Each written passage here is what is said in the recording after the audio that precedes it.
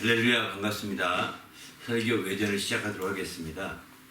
오늘은 이제 성령으로 잉태된 것임이란 제목의 말씀을 설교를 통해 나눴는데, 이 주제는 성령으로 시작된 것임이라고 하는 주제입니다. 지금은 이제 성찬절에 관계된 설교라기보다는 모든 일들이 다 성령으로 시작되는 것이다 라고 하는데 초점을 두고 그런 주제로 설교를 이렇게 전체적으로 짰거든요. 그런 주제인데, 성령으로 시작했다 이런 것보다는 이제 마태복음 1장에 보게 되면 성령으로 잉태됐다라는 표현이 너무나 강렬하게 나왔기 때문에 그 말씀 그대로 제목을 잡아봤습니다. 하나님 말씀은 이제 마태복음 1장 18절에 보면 한 절만 읽고 시작하도록 하겠습니다. 예수 그리스도의 나심은 이러하니라.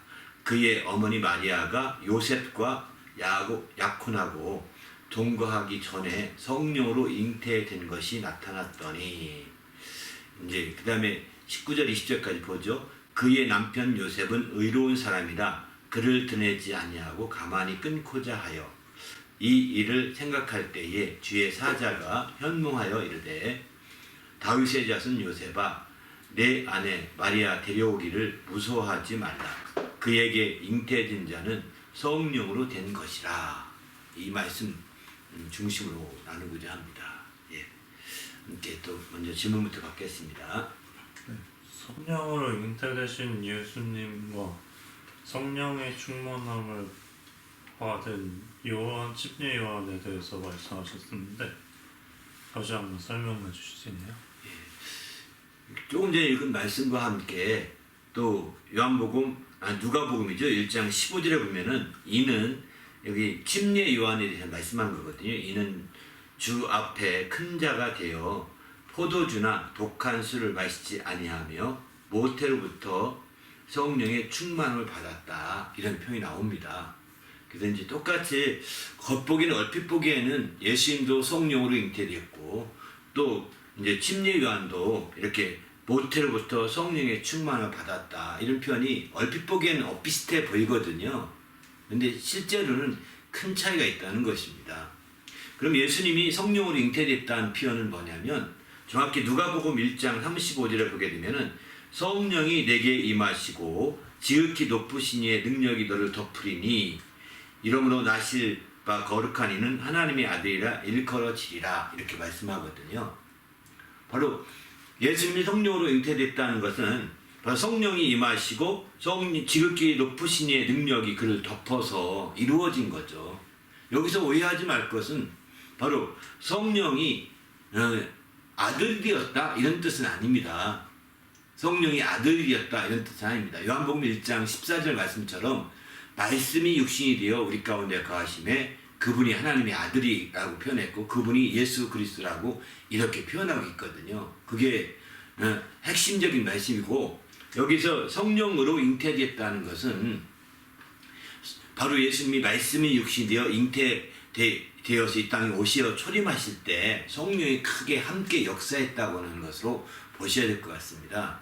성령이 잉태된 것이 아니라 마치 남자에게 정자가 들어가서 잉태된 것처럼 성령이 그런 정자 같은 역할을 했다고 오해하면 안 됩니다.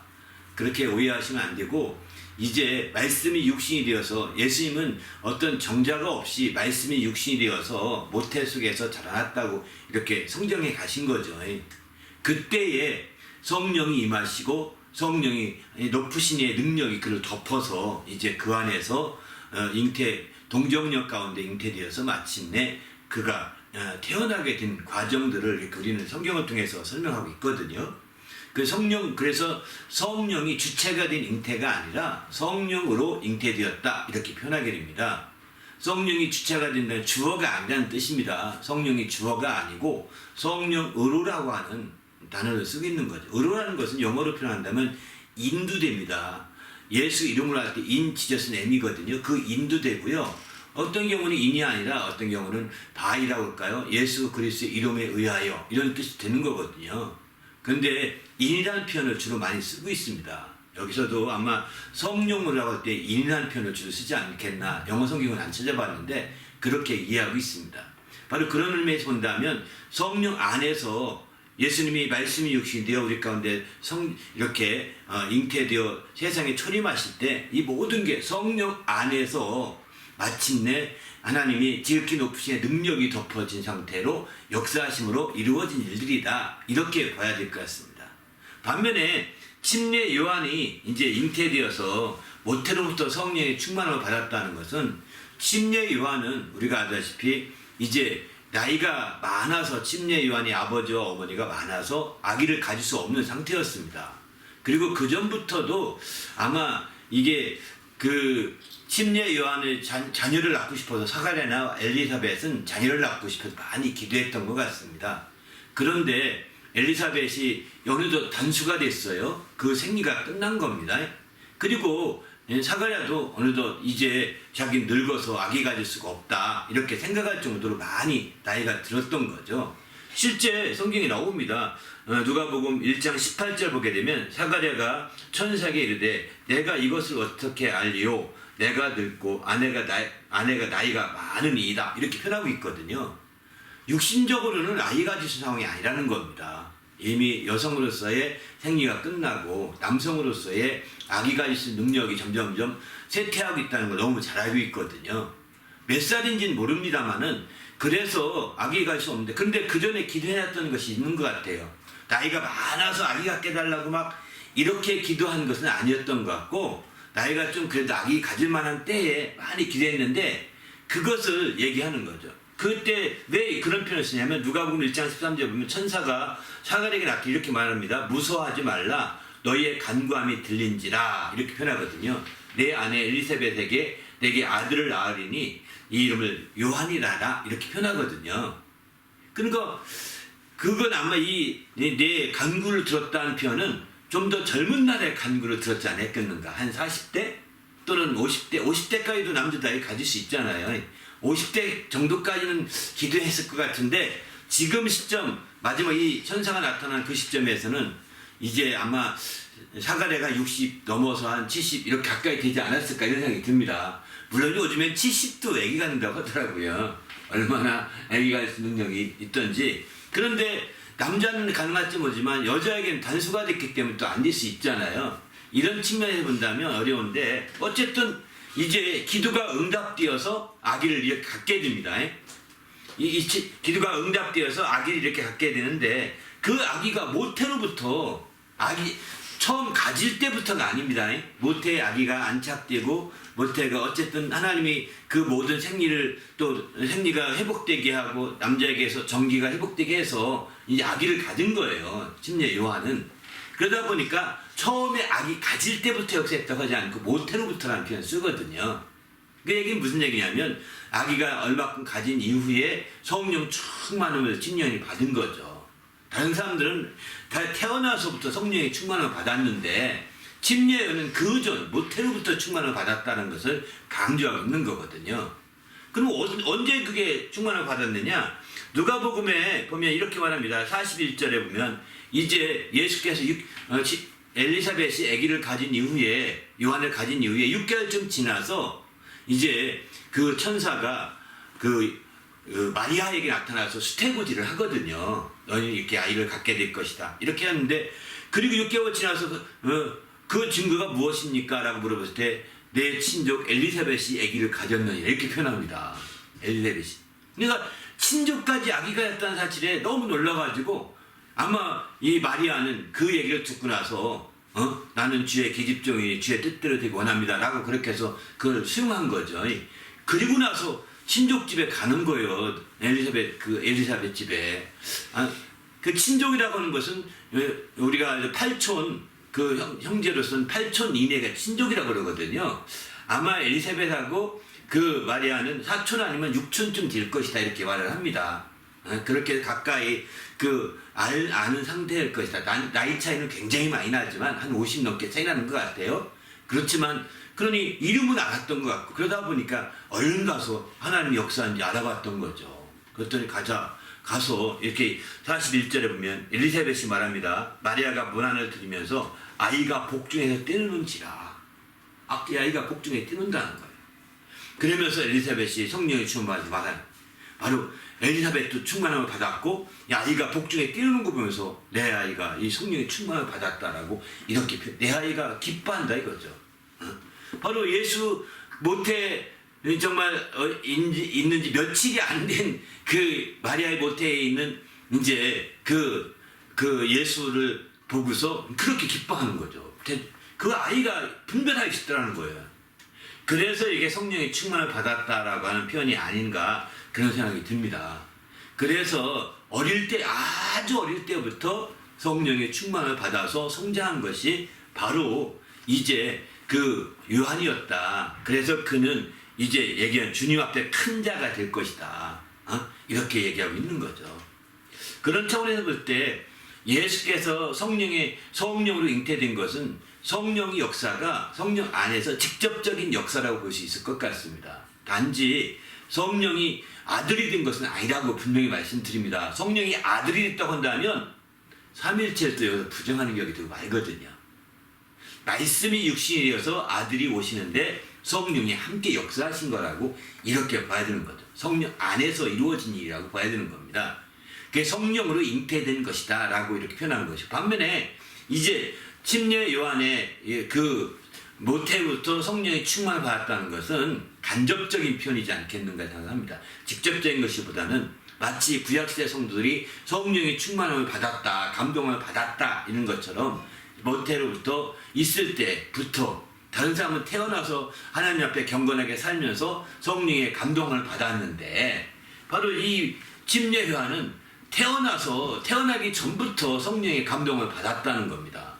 그만큼 아주 중요한 성령의, 근데 바로 직접보다는 간접적인, 마치 구약시대에 성령의 인도함을 받았던 것처럼, 성령의 감동을 받고 성령의 감사하심을 받았던 것처럼 이렇게 된 것으로 이렇게 봐야 될 것 같습니다. 그래서 바로 예수님은 성령의 직접적인 영향 아래서 그 안에서 바로 잉태되어서 성령으로 시작되었음을 모든 걸 나타내는 것이고, 반면에 이제 침례 요한은 이제 그 바로 잉태된 이후에 어느 시점부터 성령의 감동을 받은 것이죠. 구약시대의 성도들처럼.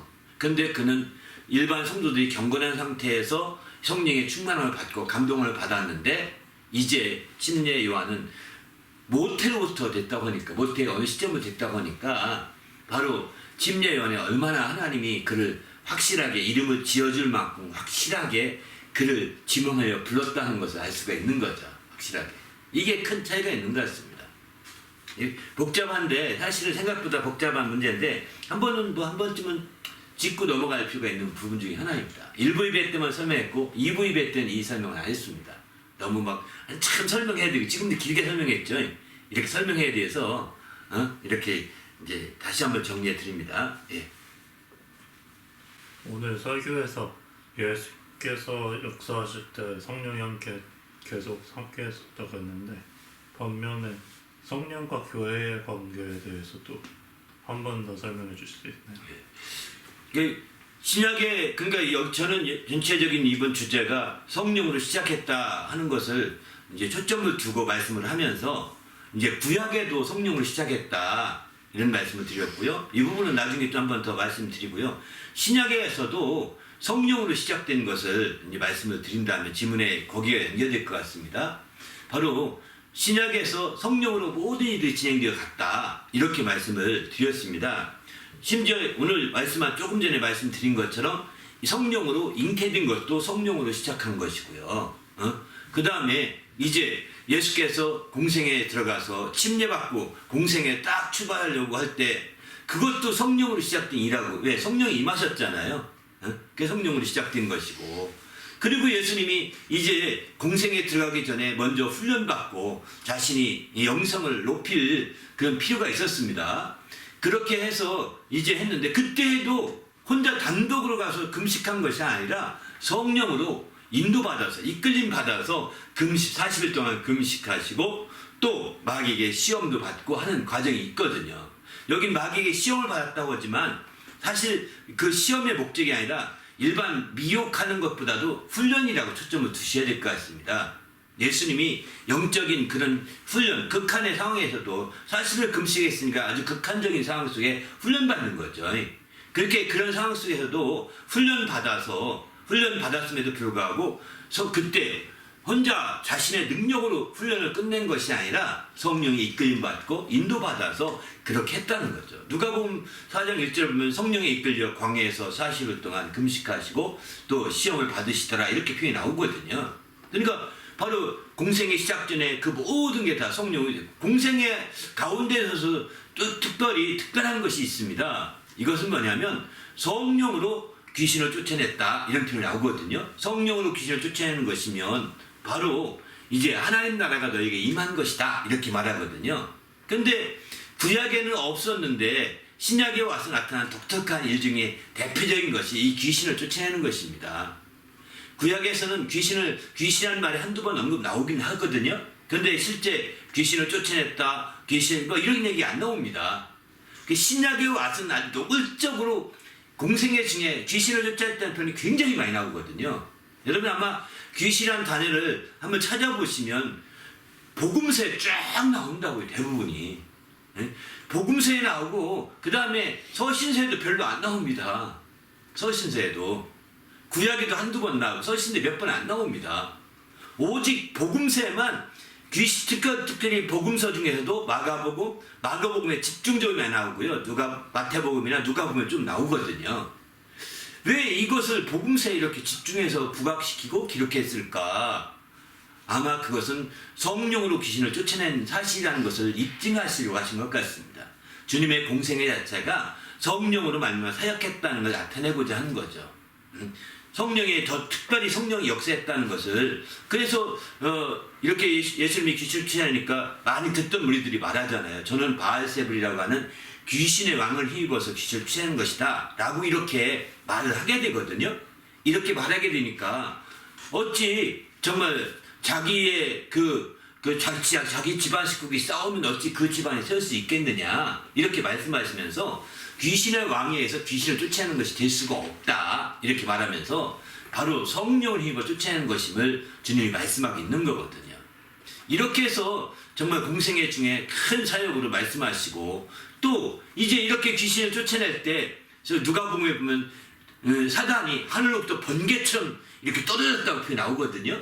그 귀신을 쫓아내는 그 장면을 설명할 때 바로 사단이 하늘에서 번개처럼 떨어졌다 이렇게 말합니다. 왜? 너무 비상사태가 됐다는 뜻입니다. 왜냐면 귀신이 정체가 밝게 드러난 거거든요. 그래서 쫓겨나게 되니까요. 그런 문제가 너무 심각하게 이제 생각해서 바로 이제 이 세상 임금이라는 사단이 막 비상사태가 터져서 막 이런 것과 똑같은 표현이라고요. 그 자체가.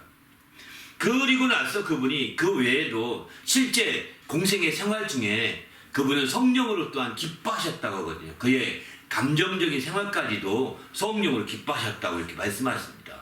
그러니까 얼마나 그분이 성령으로 기뻐하셨죠. 그 외에 이제 마지막 그분이 운명하실 때도 성령으로 죽으셨다 이렇게 표현하거든요. 히브리서 말씀 9장에 보면 바로 흠없는 자기를 영원하신 성령으로 말미암아 드렸다 이렇게 표현한다고요. 죽으심을 그렇게 표현하고 있습니다. 그러니까 정말 이게 얼마나 성령이 역사로 그분이 하나님께 드리셨던 것을 말씀하기 부활하심도 로마 8장 보면 성령으로 부활했다고 그렇게 말씀하거든요. 그러니까 다 주님의 공생애 중에 사건마다 다 성령으로 이렇게 시작돼 역사했던 것을 아주 역력히 보여주고 있는 거예요. 성령으로. 그렇게 했고 이제 사도들도 마찬가지죠. 이제 구약 그런 식으로 쭉 설명. 사도들도 마찬가지로 이제 그 뒤에 드디어 교회가 출발할 때도 이렇게 신약에 와서 교회가 출발하는 것이 신약에서 절정이 이르는 거거든요. 교회가 안 섰으면 이런 사역이 이루어질 수 없거든요. 근데 그 교회가 어떻게 시작됐느냐? 바로 사도행전 2장에 보면 성령이 침례받음으로 성령이 임하심으로 이제 교회가 이렇게 서게 되는 거죠. 그리고 그 뒤에 엄청난 무리들이 나가서 막 선교하고 땅끝까지 복음을 전하는 역사가 나타나잖아요. 그것도 다 성령을 받으면 성령이 임하시면 권능을 받고 땅끝까지 증인된다고 하지 않습니까? 성령의 역사가 쭉쭉 펼쳐지는 거예요. 그래서 사도행전 전체는 성령 행전이라고 표현합니다. 정말 성령이 역사하신 행전이라는 겁니다. 거기서 어떤 교회나 사도들만 보면 안 되고 사도들 뒤에서 역사하신 성령을 아주 깊이 봐야 된다라고 이렇게 말씀하고 있는 거죠. 그래서 마침내 이제 성령으로 사도행전을 쭉 그려가는 것이고, 사도행전은 28장까지 없지만 어떤 분들은 사도행전 29장을 만들어가자 이런 말 하지 않습니까? 그것은 뭐냐면 오늘날에도 이제 성령이 역사를 하려면 사도행전 29장이 쓰여지게 하자 이런 뜻이기도 합니다. 그만큼 우리 가운데 성령으로 시작하는 모든 일들이 계속해서 이어지게 하자라고 강조하기 때문에 이제 그런 식으로까지 표현을 하게 되는 거죠. 어쨌든 이제 신약시대에 와서 모든 것들이 다 이렇게까지 펼쳐지는 것을 보게 되는 거죠. 한편 이제 반면에 구약시대에도 한번 정리하고 넘어갈게요. 구약시대도 처음부터 성령이 역시했다는 거예요. 처음부터는 언제일까요? 구약에서 처음. 가장 먼저 구약에서 성령에 대한 언급을 한 것은 다윗 왕 때입니다. 다윗 왕 때 다윗이 역대상에 보게 되면 이제 아마새가 와서 성령의 감싸심을 받는 아마새가 와서 이제 다윗 왕에게 귀순을 하거든요. 그래서 다윗은 그때 그 왕이 되기 전이었거든요. 왕이 되기 전이고 기름 부음 받은 상태인데 왕이 되기 전이었는데 정말 아무도 따른 적 없어요. 당시의 왕이 사울이었기 때문입니다. 사울 왕이었기 때문에 아무도 안 따릅니다. 그때 아마새가 옵니다. 30여 명과 함께 옵니다. 그때 오게 된 그때 바로 다윗은 걱정을 했어요. 그런데 하나님의 성령이 그를 감싸셔서 오면 뭐라 하냐면 이제 다윗의 큰 우군이 되는 거죠. 그래서 마침내 다윗의 우군이 돼서 다윗이 왕이 되고 또 이렇게 중심을 잡아가는데 큰 역사를 하게 됩니다. 아마새가 바로 이제 다윗에 속한 그 유다 지파의 사람이었기 때문에 그렇게 따랐던 것 같습니다. 그런데 그리고 나서 다윗은 이제 마침내 성령 역사실을 많이 느꼈던 대표적인 임금이죠. 그리고 나서 다윗이 드디어는 이제 그 자기가 죄를 범하게 되면서 성령이 떠나가면 어떡하지? 라고 하는 걱정을 하게 된 때가 있었습니다. 우리아의 아내를 범하게 되고 또 우리 아들 전쟁터에 밀어서 죽인 다음에 그를 이제 아내를 마침내 받아들인 거예요. 왕비로 받아들인 거예요. 그리고 솔로몬을 낳게 되거든요. 솔로몬 낳기 전에 먼저 솔로몬 형을 낳는데 그 형이 죽습니다. 둘째가 솔로몬이에요. 그런데 그때에 이제 그 아이가 죽기 전에 바로 나단 선지자가 나타나서 그를 책망합니다. 그래서 그 책망을 들으면서 정말 회개도 하면서 이제 하나님 앞에 정직한 회개라며 쓴 것이 시편 51편입니다. 거기서 그는 말합니다. 나에게서 성신을 거두지 말라. 성령을 거두어가지 말라고 간절히 회개하며 기도합니다. 왜냐하면 성령이 거두가 있은 성령이라는 깨달은 거예요.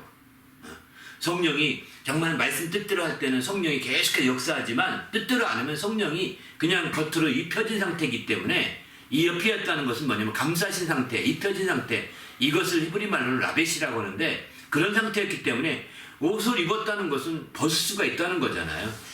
옷은 항구적인 옷이 없습니다. 반드시 벗을 수가 있는 거예요. 우리가 육체는 벗을 수가 없잖아요. 어느 정도 항구적이지만 옷은 그렇지 않습니다. 그래서 성령이 이렇게 입혀졌다는 것은 벗겨질 수 있다는 걸 알기 때문에 다윗은 거기서 고민하게 되는 거죠. 그렇게 해서 다윗 때 성령이 시작되고 그 이후에 이제 엘리야 때 성령의 하시는 역사, 영감이라고 표현하는데 성령 하신 역사를 엘리사가 구합니다. 얼마나 많이 성령이 함께 역사했으면 엘리사가 그걸 구하겠습니까? 그의 제자인 엘리사가 구하죠. 갑절의 영감을 구합니다는데 지난 개혁성경에 갑절의 영감을 구한다는데 지금 개정판 성경에서는 성령이 하신 역사에 갑절을 구합니다. 이렇게 나옵니다. 성령에 대한 부분도 엘리사 때도 얼마큼 알 수가 있는 거죠.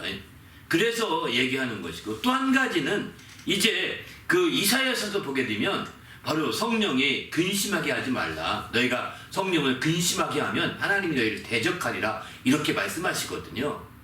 이런 말씀들에 대해서 한 4번 정도의 설교를 이미 말씀을 드렸습니다. 구약시대에 성령에 대한 말씀들에서 앞서서 이미 4주 정도를 통해서 말씀을 다 드렸거든요. 이렇게 했는데 이런 구약의 역사가 다 그렇게 된 거죠. 실제 성령이 언급하면서 나타난 역사는 다윗 때로부터 시작한다고 보면 과언이 아닌 것 같습니다. 그러면 다윗 전에는 없었느냐? 아닙니다. 다윗 전에도 성령의 역사가 있었다는 것을 우리는 알아야 합니다. 언제부터일까요? 바로 창세기 1장에 보게 되면 이제 우리의 형상을 따라 우리의 모양대로 사람을 만들고 이렇게 말씀하시죠. 거기서 우리라고 할 때 우리는 아버지와 아들만 나타내는 것이 아니라 성령도 함께한 우리라고 해야 됩니다. 거기에 천사를 집어넣어서 우리라고 말한 것이, 어떤 분들은 천사까지 넣어서 우리라고 했다고 그러는데 천사는 두 번째예요. 하나님이 직접 손으로 빚었다는 걸 본다면 천사가 아니라 하나님 그리고 그 아들 그리고 성령이 함께 우리라고 보셔야 되는 거죠. 성령이, 그래서 그때부터 성령 역사가 지속됐다. 왜? 그게 인류의 시작이잖아요. 바로 예수님의 잉태된 것만 시작할 때만 시작한 것이 아니라 처음부터 시작됐다고 보셔야 되는 거죠. 잘못 이해한 사람들은 성령이 오순절날부터 시작했기 때문에 그때 성령이 드러나고 그때부터 성령이 시작된 것으로 말하고, 그 전에 성령은 어떤 영향력이다, 성령의 영향력이다 이렇게만 말합니다. 이렇게 말하면 안 될 것 같습니다. 구약에서 성령의 감동하심이나 감사하심이나 성령이 하신 역사나 이런 것들이 다 막연한 영향력이 아니라, 관념적인 영향력이 아니라 똑같은 성령의 역사라고 봐야 됩니다. 단지 그때는 성령이 밖에서 역사하시는 영향력인 거죠. 밖에서 역사하시는 감사하심이나 감동하심이나 또는 역사하시는 거죠. 반면에 신약의 오순절 이후에는 드디어 성령이 우리 가운데 임하셨다고 그러거든요. 예수님께 임했던 것처럼 우리께 임하셨다고 그러거든요. 그것은 우리 안에 함께 내주하시는 것을 나타내거든요. 이렇게 되는 것을 성령의 침례다라고 표현하는 거죠. 그래서 많은 사람들은 오순절 이후나 성령이 마치 나타나고 그전에는 없었는데, 물론 역사께 있었겠지만 없었다고 하는데 아니라고요. 똑같은 성령의 역사인데 구약에서는 밖으로부터 입히거나 감동하거나 감싸시는 성령의 역사고, 신약에 와서는 그 성령이 우리 안에 거하심으로 우리를 돕고자 하고 하나님 뜻대로 이루도록 지원하고 우리 연약함을 도우시는 역사라고, 이렇게 직접적인 역사라고 보셔야 될 것 같습니다. 그런데 그 성령의 역사가 바로 태초부터, 다시 말해서 창세기부터 성령이 역사했다는 것을 우리가 믿지 않게 되면 삼위일체의 큰 혼돈을 가져오게 됩니다. 삼위일체. 그래서 구약에서부터 성령 역사가 계속 되었고 그것이 이제 이어진 거죠. 뿐만 아니라 예수님도 직접 성령이 역사했다는 것을 많이 간증하거든요. 예수님이 언급하신 말씀 가운데 보게 되면 바로 창세기부터 말씀하고 있는 거예요. 예수님이 언급하신 말씀을 보게 되면 그것도 그러니까 성령이 함께 역사했음을 나타나고 있는 것이고, 시편은 더 말할 것도 없는 거죠. 시편은 예수님이 직접 이렇게 말합니다. 성령이 감동되어 다윗이 말하기를, 이렇게 예수님이 그렇게 설명을 합니다. 성령이 감동되어 다윗이 말하기를. 다윗은 성령 언급도 안 했는데 그냥 말씀하신 말씀인데, 그 말씀을 예수님은 성령의 다윗이 감동되어 말하는 것이다 라고 이렇게 표현하고 있거든요. 그 외에도 창세기에 이제 그런 많은 말씀들을 하면서 이와 같이 성령의 인도받아서 이렇게 이루어진 것을 표현하고 있는 거거든요. 그런 차원에서 볼 때 마찬가지죠. 또 한 예로 또 그 성령도 그렇지만 예수님도 마찬가지입니다. 예수님이 오늘날 우리에게 드러났지만 2000년 전에 드러났잖아요. 그저 말씀이 오시되어 성탄절에 드디어 초림하신 거잖아요. 예수님이. 그러면 예수님이 그전에는 없었느냐? 다시 말해 아들이 그전엔 역사하지 않았느냐? 그렇게 말하면 삼위일체를 또 부정하는 격이 되고 말게 됩니다.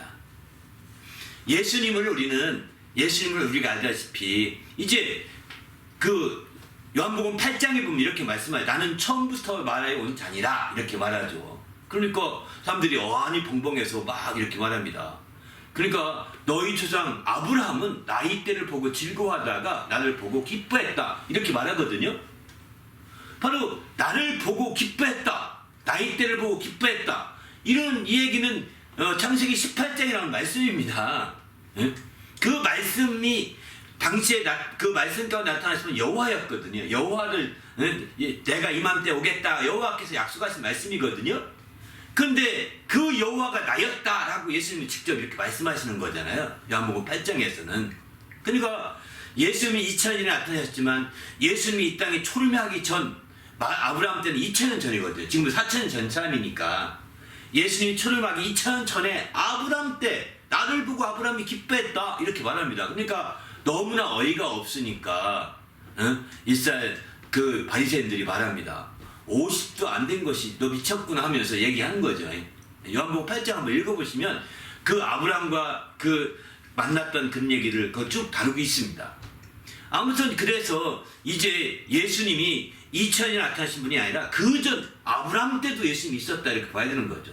아브라함 때만 있었냐 아니면 창세기의 1장에 바로 사람을 지을 때도 우리라는 표현, 우리의 모양이라는 표현을 본다면 예수님이 함께 그 안에 계셨음을 얘기하고 있는 거죠. 예수님이 태초부터 그러니까 태초부터 바로 예수님이 아들로 성령으로 함께 삼위일체가 되어 모든 일에 역사했다고 하는 것이고 그것이 처음에는 아버지 중심으로 드러났지만 나중에 그 모든 것 가운데 역사하신 가운데 아들도 거기서 보고 성령도 역사하시고 이런 흐름이 계속 이어지다가 아들의 본격적인 역사는 지금부터 2000년에 말씀이 육신이 되어 드러나는 세상에 드러나셔서 나타나신 거죠. 바로 우리의 대속으로 해서 나타나신 것이고 또 성령의 본격적인 역사는 이제 우리 가운데 임하시기 위해서 바로 오순절에 임하신 것이 본격적인 역사라고 볼 수가 있는 거죠. 오늘날 오순절 운동은 바로 이런 성령이 나타나심을 지금도 믿고 지금도 그것을 환영하고 지금도 우리가 새롭게 되길 원하고 있는 겁니다. 이런 측면에서 볼 때 삼위일체와 연결시켜 생각해 본다면 이제 그게 너무 중요하고 만약에 예수님이 2000년 이후에 나타났다 아들이 그리고 그전 다 아버지 리다 이렇게 잘라 말하면 여호와 증인같이 되는 겁니다. 여호와 증인은 구약의 역사는 다 아버지 일이고 아버지 이름은 여호와고 신약에서는 아들의 역사고 이름은 예수 이름으로 하는 역사다 이렇게 잘라 말하거든요. 이게 그들은 삼위일체를 믿지 않고요 30론을 믿습니다. 하나님과 아들과 성령이 따로 각각 신이다 이렇게 얘기하는 거예요. 각각 믿어야 돼 이렇게 말합니다. 그 여호와 증인과 우리 신앙의 다른 점이 여기에 있는 거죠. 거기에 저는 오늘 말씀을 통해서 성령이 처음부터 말씀하신 분이다. 성령도 처음부터 역사하신 분이다 라고 이렇게 간절하게 말씀을 드리는 거죠. 아들뿐만 아니라 성령도. 그래서 삼위일체 하나님의 역사가 구약으로부터 시작해서 신약까지 쭉 다 이렇게 구약에서는 물밑으로 이렇게 흘러내려온 것 같았지만 신약에 와서 그분들이 다 드러나서 본격적인 사역을 함께 가는 그런 역사인 거예요. 그러나 물밑에서 보이지 않 우리 눈으로는 안 보였지만 여전히 아버지와 아들과 성령이 함께 역사했다고 하는 것을 우리가 믿고 우리가 성령을 강조하다 보면 보고 들은 것만 초점 두고 막 말하다 보니까 어떤 경험을 초점 두고 말하다 보니까 구약에서는 그런 경험들이 약간 미약하거든요. 그러다 보니까 성령의 역사가 없었다고 이렇게 쫙 잘라 말하는데 그거는 지혜가 아닙니다. 모든 역사에는 성령으로 시작되었다는 사실, 성령도 함께 역사했다는 사실에 우리가 눈여겨볼 필요가 있는 거죠. 그럴 때 마침내 우리 신앙이 삼위일체 중심의 신앙으로 바르게 설 수 있지 않을까 저는 이렇게 생각합니다. 아무튼 지금 두 가지 굉장히 중요한 맥락이에요. 신약시대의 성령의 역사로만 끝나면 지금 아무 대답이 없고 그것과 함께 구약시대의 성령의 역사까지 함께 이어지지 않으면 이게 혼돈이 될 것 같아요. 그래서 함께 좀 얘기가 돼야 될 것 같아서 말씀을 드린 겁니다. 그렇게 굳이 막 자세하고 삼위일체 연결시 말씀드린 이것이 안 되면 이 시작했다는 게 큰 의미가 없는 것 같아서 함께 또 이 부분은 분명하게 짚고를 말하려고 말씀드린 거예요. 예. 오늘 설교 중에 성령으로 시작했으면 성령으로 끝나야 되고 성령으로 시작해서 그거 성령으로 끝나지 않는 거는 주님께서 싫어하신다라고 얘기하셨고 자기 지혜나 자기 그냥 육체로 시작했던 거는 성령을 바라면 안 된다라고 얘기를 하셨습니다. 그러면은 잘 되는 것 욥기 같은 경우에서도 거기에 나오는 게 이제 주님 저를 차라리 죽여주시옵소서라고 했을 때 주님께서 구원해 주셔가지고 얘기를 해주셔서 욥기가 다시 자기 마음을 잡고 살아가는 그 성경 구절이 있는 걸로 알고 있습니다. 이것처럼 누군가가 도와주면은 할 수 있는데 잘못되는 거를 이제 성령으로 시작했을 때 잘못되는 거를 혼자서 내밀어서도 그냥 알아서 잘하겠지라고 하는 게 옳은지 아니면은 그거를 내가 먼저 나서서 도와주는 게 옳은 건지 의견을 묻고 싶습니다. 그거는 이제 그런 것 같습니다. 바로 성령으로 시작했 그 갈라디아 이제 3장의 말씀에 3장 3절에 보면 너희가 이같이 어리석으냐 성령으로 시작하였다가 또 이제는 육체로 마치겠느냐 이런 말씀이 있거든요. 그러니까 그래서 성령으로 시작했으면 성령으로 맞춰가야 정상적인 상황이라는 겁니다. 정상적인 절차라는 거예요. 그런데 성령으로 시작하지 않았으면 성령으로 마치기가 사실 어렵습니다. 어려워요. 그리고 그냥 육체로 흘러갈 가능성이 많거든요. 그런데 성령으로 시작하지 않았다 하더라도 누군가가 옆에서 조언을 하게 되면서 내가 성령으로 시작하지 않고 내 생각을 따라 나의 지혜를 따라 시작했다고 생각할 수 있거든요. 내 계획에 그런 계획이 있었으니까 뭐 시작할 수도 있죠. 누구나가 뭐 계획은 가능한 일이니까. 그렇게 시작했다 하더라도 처음에 내 생각으로 내 육체적인 계획으로 시작했어도 누군가가 신앙인이 옆에 도와주면 내 육체로 내 생각으로 됐어도 그 모든 내가 동기가 됐어도 모든 시작에는 성령이 함께 역사하고 있는 거야 라고 이렇게 일깨워주면서 성령이 손길을 거기 느끼게 만들어준다면 이제 드디어 내가 했지만 성령의 손길을 느끼면서 성령의 인도받아 끝을 맺을 수 있거든요. 이렇게 했으면 최고 좋은 거죠. 근데 욥기를 본다면 그렇게 결을 맺고 싶어요. 욥기를 봐도 욥기는 알다시피 처음에 시작도 하나님이 허락하셔서 한 거거든요. 근데 욥은 난 이해가 안 된다. 내가 왜 이렇게 하는지. 이게 자기 생각으로만 생각하다 보니까 이해가 안 되는 거예요. 하나님이 지금 사단의 허용을 해서 그래 생명은 건드리지 말고 다 내가 허락한다. 네가 마음대로 해봐라. 이렇게 허락을 받아서 시작한 것을 욥은 몰라요. 그리고 자기 속에 이렇게 재앙이 온 것만 알고 나는 하나님 앞에 의롭게 살았는데 왜 재앙이 오는 거야. 근데 자기는 이해 못했고 때마침 친구들이 믿음이 좋다는 친구들이 왔는데 그 친구들도 다 뭐라고 하냐면 너희가 정말 이렇게 재앙을 받고 이렇게 막 피부가 일어나고 너 죽을 지경이 되면 또 애들 다 죽고 와이프는 너 버리고 간 것은 다 뭔가 내가 잘못한 게 있어서 그런 거야. 아닌 땐 굴뚝에 연기 날 리 있느냐 이렇게 하면서 그런 뭐 속담은 안 나오지만 그렇게 그 인과응보론을 바탕으로 해서 막 정죄하는 거죠. 그러니까 그 욥은 이해가 나는 그렇지 않다. 나는 하나님 앞에서 나는 항변할 수 있다. 내가 어떤 죄를 지어서 그렇지 않은 것을 나는 안다. 너희가 나를 그렇게 무시하면 안 된다는 식으로 막 그에게 얘기하면서 너 이거 알아? 너 이거 알아? 너 이거 알아? 자기가 아는 그 신앙의 지식뿐만 아니라 모든 것들을 이것도 모르는 것이 뭐 나를 향해 정죄하는 거야 이런 식으로 막 말로 능히 이겼습니다. 사실은 그 친구들을. 근데 자기가 그것 때문에 아니니까 이길 수 있는 거죠. 근데 나중에 하나님이 거기에 관여하십니다. 그래서 그때에 내가 말로 실수했구나. 이겼지만 이기는 게 중요한 게 아니거든요. 왜 그랬을까? 이렇게 된 이유가 뭘까? 성령으로 모든 일이 시작했고 하나님으로 시작했다고 하는데 그러면 그 이유가 뭘까? 왜 이런 일이 벌어져? 이거 초점 두고 자꾸 깨닫고자 하고 기도하고 중심을 지켜가야 되거든요. 그걸 안 지키게 되니까 결국은 인간적으로는 승리했고 인간적으로는 말빨로 이겼지만 결국은 하나님 앞에 내가 범죄한 나이다라고 회개할 수밖에 없는 거거든요. 하나님은 한 수 더 떠서 물어봅니다. 야, 악어의 힘이 어디서 나오는지 아냐? 그렇게 세세하게 생물학적으로 파고 들어가니까 욥이 어떻게 알겠어요? 그래서 하나님 제가 무식한 말로 무지한 말로 범죄했다고 38장인가요? 이렇게 나오게 됩니다. 그러니까 그가 그렇게 회개할 때 하나님이 그에게 복을 더하셨다. 그래서 자녀도 이전에 자녀보다 더 훨씬 예쁜 자녀를 많이 낳게 하고 또 더 재물도 많이 갖게 했다. 이렇게 말씀의 결론이거든요. 그러니까 비록 인간의 여기 육체로 성령으로 시작했으면 안다면 당연히 성령을 끝내야 되지만 육체로 시작했다. 성령을 마친 경우 저도 그렇죠. 저도 뭐 예수 안 믿으려고 육체로 시작했거든요. 처음에는 제 동생 같은 경우에 이제 그 교회 갔다 해서 팍 몽둥이 들고 쫓아내며 빗자루를 쫓아내면서 핍박을 했던 게 저였거든요. 근데 나중에 내가 이왕이 대학 가서 철학을 알려면 기독교 철학을 해야 되겠다.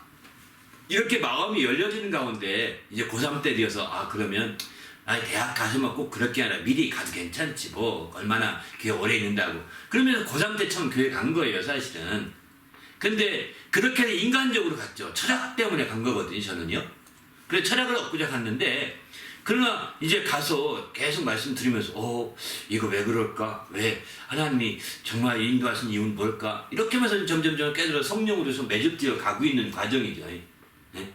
그러니까 이렇게 가능하다고요. 그런데 단지 중요한 것은 성령으로 시작했는데 좀 틀렸다고 해서 육체로 맞으면 안 되는 거죠. 여러분 그 사랑의 교회 목사님 그 전 목사님 옥 목사님이라는 거죠. 옥 목사님 아들이 기독교 해체론을 외치면서 반 엔티 크리스찬 운동을 한다고 그러거든요. 그 아버지가 얼마나 그 제자 삼으려고 애썼겠어요. 근데 엔티 크리스찬 운동을 한 거예요.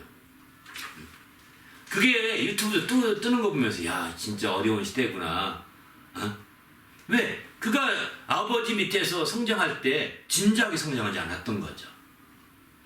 그는 분명히 성령으로 시작했을 텐데, 그죠? 그렇게 해서 아버지가 받았던 교회 사례금 가지고 다 컸고, 그 사례금 먹고 실컷 잘 자랐고, 실컷 유학도 갔다 왔고, 그 돈 가지고 실컷 지금도 잘 지내고, 그 돈 때문에 좋은 아빠 살지도 모르는데, 이제 와서는 엔티 크리스천 운동을 핀다고 생각해 보세요. 육체로 맞춰가는 과정이라고 보는 거죠. 이거는 아니라고 생각합니다. 그게 바로 성경은 갈라디아서는 어리석은 자라고 표현합니다. 너희가 이같이 어리석으냐? 어리석두다 갈라디아 사람들아 라고 이렇게 사도 바울이 말하고 있는 그 케이스가 그런 케이스거든요. 그는 아마 틀림없이 율법적인 관점으로 기독교를 보면서 그가 지적하는 그런 겁니다. 크리스찬이 그러면 안 되죠. 어떻게 크리스찬이 그럴 수가 있습니까? 이런 얘기를 많이 하거든요. 자기 나름대로 율법의 기준을 세워놓고 크리스찬이면 이래야 된다고 했는데 그런 기준에 맞는 목사님이 별로 없어. 그런 기준에 맞는 장로님도 별로 없어. 그런 기준에 맞는 집사님도 별로 없어. 그런 기준에 맞는 성도들도 별로 안 보여. 그러니까 이런 기독교는 없어져야 된다라고 심지어 말하는 거죠. 의미가 없다. 그거는 그분의 기준인 거고 하나님은 그렇게 판단하지 않을 수 있거든요. 그렇지 않습니까? 하나님께 모든 판단은 유보하고 내가 믿는 데 초점 두고 내가 정말 신앙생활에 초점 둬서 성령으로 시작해 성령으로 맞춰가는 쪽으로 이렇게 돼야 되는데 내가 초점을 안 두고 또 이제 성령으로 시작해서 맞추려고 하지 않다 보니까 나타난 대표적인 현상이 아닌가 이런 생각이 듭니다. 그런 의미에서 볼 때 우리가 정말 육신으로 시작했다가 성령으로 맞춰 회개하고 성령으로 마친 경우는 있겠지만 성령으로 시작했다가 육체로 마치는 가장 바보 같은 길을 가는 거라는 겁니다. 이거는 제가 말한 것이 아니라 사도 바울이 갈라디아에서 말한 거예요. 그렇기 때문에 우리가 바보 같은 삶을 내려놓고 잠시 이해가 안 되더라도 성령이 역사하신 걸 깨닫게 해달라고 기도하고 인도할 필요가 있는 거죠. 그게 너무 중요하다고 저는 생각했습니다. 더 나가서 한 가지만 더 언급을 해야 될 것 같습니다. 성령이 모든 데 성령 역사했는데 좋은 것만 성령의 역사라고 생각하지 말아야 된다는 거죠. 나쁜 것도 성령의 역사가 성령의 손길이 들어있는 거예요. 여기서 제가 오해하지 마십시오. 성령의 초점 두고 말씀드려서 성령 역사겠지만 좋은 것에서만 하나님의 손길을 느낄 것이 아니라 나쁜 것을 통해서도 하나님의 손길을 느껴야 된다는 거예요. 나쁜 것에도 하나님의 느껴지는 손길이 성령의 손길입니다. 이렇게 이해하셔야 됩니다. 삼위일체이시니까요. 그렇게 이해하지 않고 하나님 하다가 성령 하니까 좀 이상한 것 같아.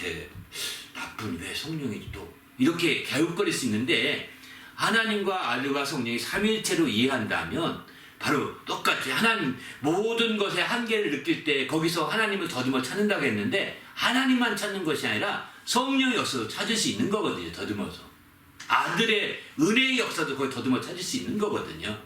이렇게 되어야 모든 어려움과 한계를 느낄 때 거기서도 큰 하나님의 인도하심을 느끼며 마침내 성령의 인도하심을 느끼며 주님의 인도하심을 함께 느껴갈 수 있는 거죠.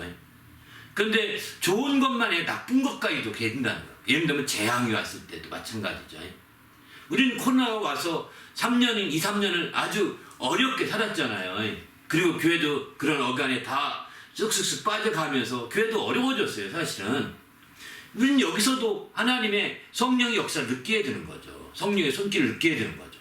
이 어려움, 그때 코로나 때문에 우린 망했어. 그놈 코로나만 없었으면 다 잘 됐을 뻔했는데 그놈의 코로나 때문에 이렇게 된 거야. 이렇게 핑계대고만 넘어갈 게 아니라는 거죠. 거기서도 왜 그러면 이런 일이 벌어지게 했을까? 우리는 여기서 뭘 깨달아야 되지? 어떻게 성령의 역사를 느껴야 되지? 어떻게 해야 될까? 어떤 사람은 앞길이 쩍쩍쩍 열려가는데 어떤 사람은 앞길이 안 열립니다. 답답하게. 오늘날에 취업 안 돼서 어려운 사람 많잖아요. 이렇게 안 열립니다. 답답하잖아요. 왜 이럴까? 나에게는 왜 이렇지? 그럭저럭 믿음 생활 잘했다고 하는데 왜 안 되지? 여기서 성령이 손길은 뭘까? 성령이 역사하시는 것은 무엇을 깨우쳐 주려고 하는 것일까? 하나님이 여기서 이런 나의 한계에서 어떻게 하나님을 더듬어 찾을 수 있을까? 이렇게 찾아가야 된다는 거예요. 그것을 깨달아갈 때 우리는 우리 신앙이 한 단계 발전되어 있고 더 올라갈 수 있는 거죠. 근데 그게 어려울 때는 그 깨닫기 좋은 기회거든요. 근데 좋을 때가 사실은 좋은 것 같지만 안 좋은 거예요. 좋을 때는 다 자기가 잘해서 된 것 같거든요.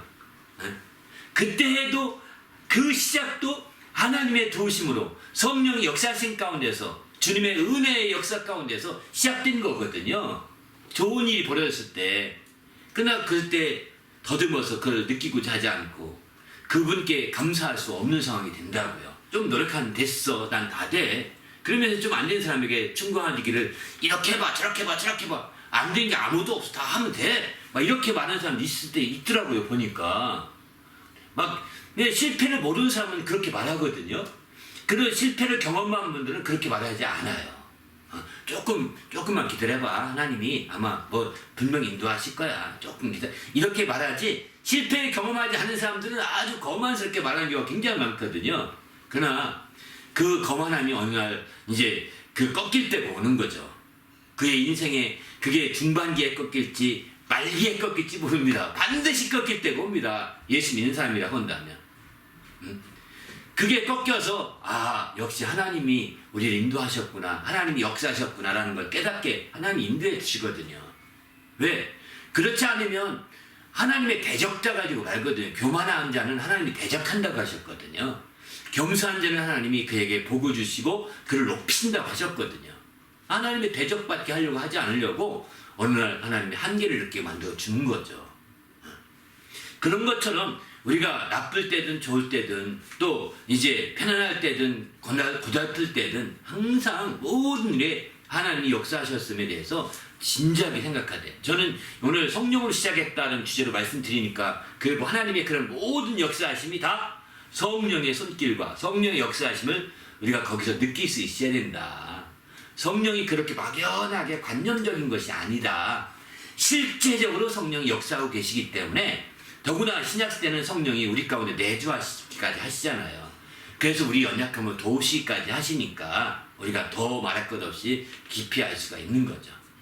그래서 마침내 이런 성령의 인도하심을 받을 수만 있다면 최상의 길이라고 하는 것을 우리가 알 수 있는 것 같습니다. 할렐루야. 정말 어렵게 제가 설명해서 죄송합니다. 설교 준비하면서 이번에 새롭게 깨달은 영감이 있으신가요? 글쎄요, 이제 예수님께서도 구약의 성령의 역사가 이제 성령이 역사했다고 하지만 베드로도 성령의 역사에 이렇게 언급합니다. 베드로도 구약의 역사가 이제 예수님만이 바로 성령에 감동되어 됐다 이렇게 말하지 않고 다윗 성령에 감동되어 말했다 이렇게 말하지 않고 그것만 끝나지 않고 나중에 이제 사도 베드로도요 이렇게 가룟 유다를 대신에 제자를 뽑을 때 시편 말씀 인용하는데 성령이 감동되어 입을 통하여 말한 말씀이 이루어져야 되지 않겠느냐고 말하거든요. 그래서 사실 뽑아야 된다는 설명이 사도행 1장에 나오게 됩니다.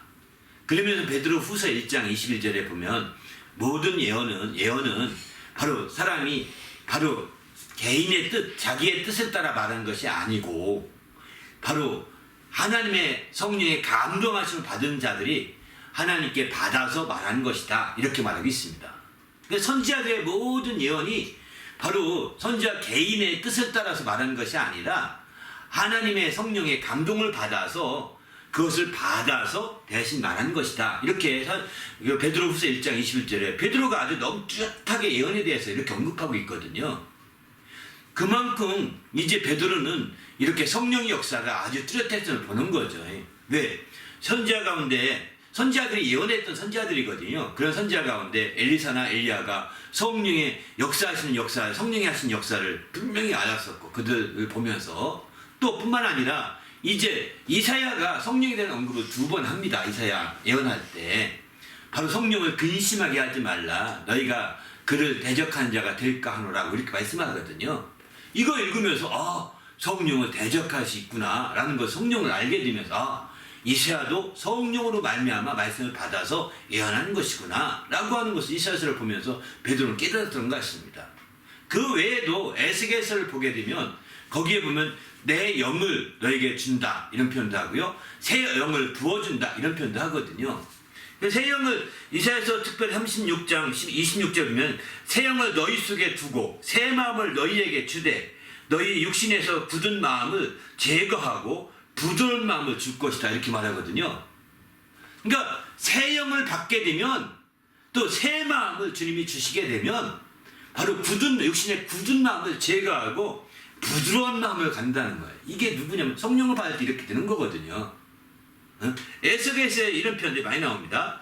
또 내 영이라는 표현을 쓰는 내 영, 에스겔 37장 14절 보면 내 영을 너희 속에 두어 너희가 살아가게 하고 이렇게 표현하거든요. 내 영을 너희 속에 두어 살아가게 한다는 것입니다. 또 더 나가서 요한에서도 보면 2장 28절 내 영을 만민에게 부어준다 이런 말씀도 하고요. 또 요한에서 2장 29절 보면 내 영을 남종과 여종에게 부어주리니 이렇게 표현도 하거든요. 요 말씀은 바로 사도 베드로가 또 인용합니다. 요한에서 말씀을 그대로 인용해서 바로 주님이 말세에 바로 성령을 부어주신 것이다. 남종과 여종의 동일한 성령을 부어주신 것이다 라고 이렇게 설명하고 있습니다. 베드로는. 그래서 베드로는 이제 이런 말씀들 시편 그 예언서 말씀을 많이 보았던 것 같아요. 베드로는. 그러다 보니까 바로 예언이 뭐냐 사사롭게 그들이 말하는 것이 아니라 성령의 감동하심을 받은 자가 하나님께 받아서 그것을 우리에게 말하는 것이다 라고 이렇게 정의를 아주 분명하게 베드로 후서 1장 21절에 말씀하고 있습니다. 그래서 전체가 다 성령으로 이루어졌다는 것을 표현하고 있는 거죠. 우리가 알다시피 열왕기 상하, 열왕기 상과 하는요 성령이 역사하신 선지자들이 역사하는 행전이라고 말씀도 합니다. 성경학자에 의하면 마치 사도행전이 사도들의 행전이 아니라 성령 행전이라고 아까 말씀드렸지 않습니까? 성령이 역사하시는 행전이에요. 겉보기에 사도들이 역사하지만 실제로는 성령이 역사하시는 행전이다 이렇게 말하고 있고 그런 성령 역사는 지금도 계속 이루어지고 있다. 그래서 사도행전 29절을 써야 된다라고 이렇게 말씀을 드렸었잖아요. 똑같이 비슷한 논리입니다. 열왕기 상과 하는 열 왕들 이스라엘 유다 열왕기 다 모두가 유다와 이 북쪽 이스라엘의 왕들에 쭉 쓰고 있는 거거든요. 북쪽의 이스라엘의 왕과 특별히 열왕기에서는 이제 솔로몬 왕 중심으로 많이 썼고 열왕기 상에서는 열왕기 하에서는 이제 유다 왕 중심으로 많이 썼습니다. 근데 이런 모든 게 다 왕에 대한 그 일대기를 중심으로 썼지만 실제로는 그때 왕들 사이사이에 다 선지자들의 책망과 선지자들의 명령과 선지자들의 인도하심과 선지자들의 예언이 계속 줄줄줄줄 이어나옵니다. 그래서 열왕기 상하는 선지자들의 행전이다 심지어 이렇게 표현합니다. 선지자들의 열전이다 이렇게 표현도 합니다. 그만큼 이제 구약의 선지자들이 바로 이렇게 역사했던 것은 동일하게 성령의 감동을 받아서 역사했던 것으로 우리가 볼 수가 있는 거죠. 이런 측면에서 볼 때 우리가 구약에서의 성령의 역사가 눈에 띄게 막 드러나지 않고 또 성령이라는 직접적인 언급은 이제 4번 정도밖에 안 나오고 4-5번밖에 안 나오지만 내 영, 새 영 이런 말씀들 본다면 주의 영 이런 말씀들 본다면 바로 성령의 역사가 더 많은 것을 알 수가 있는 거죠. 그리고 그렇게 언급하지 않았다 하더라도 예언한 전체가 다 성령의 감동받아서 예언한 것임을 분명히 사도 베드로는 이렇게 설명하고 있습니다. 이런 측면에서 구약에서 성령의 역사를 우리가 눈에 띄는 몇 가지만 전부라고 하지 말고 그 면면이 흐르는 모든 것이 창세기부터 시작할 모든 것이 성령 역사가 계속 이어져 오다가 드디어 오순절날에 성령이 우리 가운데 임재하는 역사까지 나타나게 된 거고 그 뒤부터는 땅끝까지 증거하고 증인하는 역사로 성령이 더 우리를 연약함을 도와서 더 놀라운 예수를 증거할 수 있도록 역사하는 역사로 이어질 것에 대해 말씀하고 있는 거죠. 오늘날은 바로 이제 신약 시대로서 이런 성령의 역사가 바로 이렇게 땅끝까지 증거하는 성령의 역사로 이어지고 있다는 것을 말씀하고 있습니다. 이렇게 성령의 역사가 지속적인 것임을 우리가 알았으면 좋겠습니다. 그럴 때 마침내 이제 우리도 구약이든 신약이든 어느 시대든 성령에 대한 더 충만함을 받고 성령으로 침례를 받고 성령의 인도함 받아서 우리가 승리할 수 있어야 생각합니다. 이제 우리도 성령으로 시작했으면 성령으로 마치는 자가 되어지지 않겠습니까? 이렇게 되려면 성령으로 행하고 성령으로 살아야 된다라고 갈라디아서는 그렇게 권고하고 있습니다. 우리 모두도 성령으로 살고 성령으로 행해서 우리의 삶이 성령으로 매듭지어졌으면 좋겠습니다. 요한계시록도 보게 되면 그래서 성령으로 매듭지어지는 과정이 있지 않습니까? 성령으로 실제로 매듭지어집니다. 이렇게 매듭지어져서 우리 주님 앞에서 놀라운 성령의 열매가 성령의 결실이 성령으로 결실을 한 해가 되시길 부탁드립니다. 예, 감사합니다. 예, 함께 기도하자. 하나님, 이제 성령으로 시작해서 성령으로 매듭지는 그런 삶, 마감하는 그런 삶이 될 수 있도록 성령 충만하게 인도해 달라고 간절히 합심해서 기도하겠습니다.